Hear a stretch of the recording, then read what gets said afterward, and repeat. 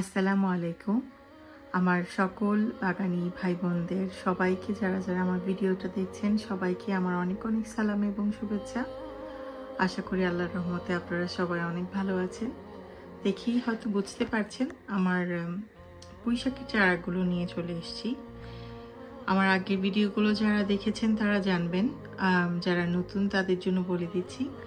এই দুইটা আমার পুঁইশাকের চারা, এগুলো গত বছর সামারে করা ডাল থেকে। এই যে দেখছেন যে মেন স্টেমগুলো, এটা আমি বাজার থেকে কেনা পুঁইশাক এরকম নিয়ে এসেছিলেন আমার হাজব্যান্ড, তো ওইটা থেকে আমি এটা পানিতে রেখে দিয়েছিলাম। শেকড় গজানোর পরে আমি করেছি। এরকম আমার 5টা চারা ছিল, কিন্তু আনফর্চুনেটলি আর 3টা মারা গেছে ঠান্ডার কারণে। এই 2টা আছে। মাশাআল্লাহ দেখেন, পুরো উইন্টারে আমি কিছু কিছু করে মালাবার স্পিনাচ পুঁইশাক কালেক্ট করেছি, রান্না করেছি। আমার বাচ্চাদের খুবই প্রিয়, বরাবরই আমি বলি। গাছগুলো একটু এলোমেলো হয়ে গজাচ্ছে এদিক ওদিক হয়ে। কিছুদিন আগে আমি ছেটে কয়েকটা পানিতে রেখে দিয়েছি। আমি এক্ষুনি কিছুক্ষণের মধ্যে আপনাদের দেখাবো। তার আগে আমি খুব তাড়াতাড়ি দেখাই। আমি বলছি যে যদিও মাশাআল্লাহ দেখেন, দেখলেই বুঝতে পারবেন পাতাগুলোর রং যদি দেখেন যে তারা কতটা সতেজ এবং একদম মনে হচ্ছে একদম ফুরফুরে পানি ভর্তি। এদের মধ্যে কোনো কোনো ফ্যাকাশে রং নেই। আসলে এটা বলা মিথ্যে হবে, কারণ আমি একটু আগে ছিঁড়েছি। দেখেন এই যে এই রংটা এরকম রং হয়ে গেছে। আরও পেছন দিকে বেশ কয়েকটা পাতা আছে, আরও আছে। এই যে যেমন উপরের দিকে এটা একটা, আসলে আমি ঘুরিয়ে এই পাশটা ওই পাশে থাকে রোদের আলো পাওয়ার জন্য, তো আমি ঘুরিয়েছি, সেই জন্য পিছনটা অত ভালো করে দেখা যাচ্ছে না। কিন্তু যেটা আমি বলতে চাইছি, আসলে অনেকগুলো সতেজ পাতা থাকলেও অনেক রোদের তাপ বেড়ে গেছে। আমার রান্নাঘরের উইন্ডো সিলে এই চারাগুলো আছে, সারা উইন্টার এখানেই থেকেছে। তবে সামারে আমি যখন লাস্ট ইয়ার সামারে করেছিলাম তখন আমার শোবার ঘরে ছিল। এই সাইডটা আমার যে কিচেনটা, এখানে শুধু সকালে রোদটা পায়, যে কয়েক ঘন্টায় থাকে 12টা পর্যন্ত যতটুকুই রোদ পায়, এখানে রোদ পায়, সূর্যটা ওই দিক থেকে ওঠে। এটার উইন্ডোটা আর আমার শোবার ঘরের উইন্ডোটা একই রকম, কিন্তু তফাৎটা হলো আমার শোবার ঘরের ওই সাইডটাতে 2টা বড় বড় গাছ আছে, যেটার কারণে সকালে রোদ উঠলেও অনেকটা ফিল্টার হয়ে গ্লাসে লাগে।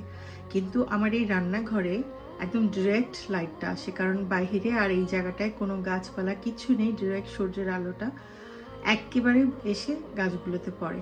তো আমি যেটা বুঝলাম, বাংলাদেশে আমি জানি অনেকে বলবেন যে মানুষ তো বাহিরেই করে, কোথাও সূর্যের আলোতে তো নষ্ট হয় না। হ্যাঁ, সেটা অবশ্যই, সেটা বাহিরে একদম ডিরেক্ট সানলাইটটা এটার উপর পড়ছে। কিন্তু এই ক্ষেত্রে আমার ক্ষেত্রে যেটা হচ্ছে, এই গ্লাসগুলো অনেক গরম হয়ে যাচ্ছে। গ্রিন হাউসের মতো একটা এফেক্ট তৈরি হচ্ছে আমার এই বাসাটার ভেতরেই। গ্রিন হাউসে যেমন একদম অতিরিক্ত গরম থাকে, সেরকম বাইরের গরমটা ন্যাচারাল, যেটা গাছ সইয়ে নিতে পারে। কিন্তু এটা যতটুকু বাইরে গরম, এই ডাবল গ্লেজিং গ্লাসের কারণে আরও বেশি গরম অনুভব করে গাছগুলো, চারাগুলো। আর পুঁইশাকের চারা এতটা গরম না নিতে পেরে আসলে অনেকটা ঝিমিয়ে যায়। দেখেন এই ডালটা একদম লালচে হয়ে গেছে। এটা কিন্তু সানবার্ন, আর কোনো কিছু না, কোনো খাবারের কমতি কিছু না, এটা একটু সানবার্ন হয়ে গেছে। একইভাবে ওই পাতাগুলো একই কাজ হয়েছে, সানবার্ন হয়ে গেছে। এটার ডাঁটটিও অনেকটা সানবার্ন হয়েছে। কিছুদিনের মধ্যে আরও অনেক রোদ পড়বে, তখন হয়তো চারাগুলোকে সরিয়ে একটু নিচের দিকে রাখতে হবে, যে আলো যেন পায়, কিন্তু একদম ডাইরেক্ট জানালা থেকে যে হিটটা, সেটা যেন আমার চারাগুলোকে নষ্ট না করতে পারে। আরও কিছু ডালপালাও এগুলো থেকে ছাঁটাই করে দেব, সেগুলো রান্না করে ফেলবো। আমি আর চারা করব না। 1 মাস আগে আমি এই 2টা পুঁইশাকের চারা থেকে কিছু ডাল সংগ্রহ করে এরকম পানিতে রেখে দিয়েছিলাম একটা কাপে করে। আর যদি দেখেন, মাশাআল্লাহ, আমি তুলে দেখিনি একবারও, কিন্তু আমি কাপটা ঘুরিয়ে আপনাদের দেখাচ্ছি। আমার মনে হচ্ছে প্রতিটাতেই শেকড় গজিয়েছে। প্রথম দিকে আমি যখন পানিতে ডালগুলো রেখেছিলাম, জানি না নিচের অংশটুকু কতটুকু দেখতে পাচ্ছেন, এরকম পচন ধরে যাচ্ছিল। আমি একটু ভয় পেয়েছি যে হয়তো এই ডালগুলো একটু অত বেশি পোক্ত ছিল না, বিধায় হয়তো পচে যাচ্ছে। কিন্তু পচতে পচতে খানিকটা পচার পরে মাশাআল্লাহ খুব সুন্দর করে দেখেন কতগুলো শেকড়, ভেতরে অনেকগুলো শেকড় হয়ে গেছে। এগুলোকে ইনশাল্লাহ আমি আবার খুব শীঘ্রই পটে দিয়ে দেব। আরেকটা জিনিস, সেদিন একটা বাঙালি দোকানে আবার গিয়ে আরও পুঁইশাক পেয়েছি। দেখেন, এটা হচ্ছে সেই লাল ডাটিওয়ালা পুঁইশাক। খুবই লোভে পড়ে আমি, খাওয়ার চেয়ে বেশি বড় কথা, আমি চারা করার লোভে পড়ে এগুলো এনেছি। ওনারা আমাদের বলেছেন যে এগুলো আসলে মালয়েশিয়ান শাক, কিন্তু আমি বলেছি পুঁইশাক তো পুঁইশাকই, মালয়েশিয়া বাংলাদেশ থেকে বেশি দূরে না, ওইটাও এশিয়ার ভিতরেই পড়ে। তো ইনশাল্লাহ হয়তো স্বাদ একদম একই রকম না হলে সিমিলার হবে, কিন্তু মাশাল্লাহ বেশ সুন্দর, আমাদের দেশি স্বাদের মতোই, অনেকটাই ওরকম, খারাপ না আলহামদুলিল্লাহ। কিন্তু আমি লোভে পড়ে এনেছি এই ডালগুলোর কালারের জন্য। দেখেন মাশাল্লাহ, গত বছর আমার মা বীজ থেকে করেছিলেন এরকম কালারের, কিন্তু ওগুলো বেশি বড় হতে পারেনি, যে ক্ষেত্রে আমি এরকম ডাল দিয়ে আসলে রেখে দিতে পারিনি। যেটা আমি এরকম সেম আমার এগুলোর মতো, এটা প্রায় 1 সপ্তাহ আগে এনে আমি এরকম পানিতে রেখে দিয়েছি। এগুলো যে দেখছেন ঘুরছে, এগুলো আসলে এই যে এই জায়গাগুলোতে যে ছোট ছোট ডাটির অংশগুলো থেকে যায় শাকটা কেটে নেওয়ার পরে, সেগুলো আমি এগুলো ফেলবো না, এগুলো এইভাবেই থাকুক। এগুলো ডালগুলোকে আর নাড়াচাড়া করবো না, তাহলে ডিস্টার্ব ফিল করবে এগুলো।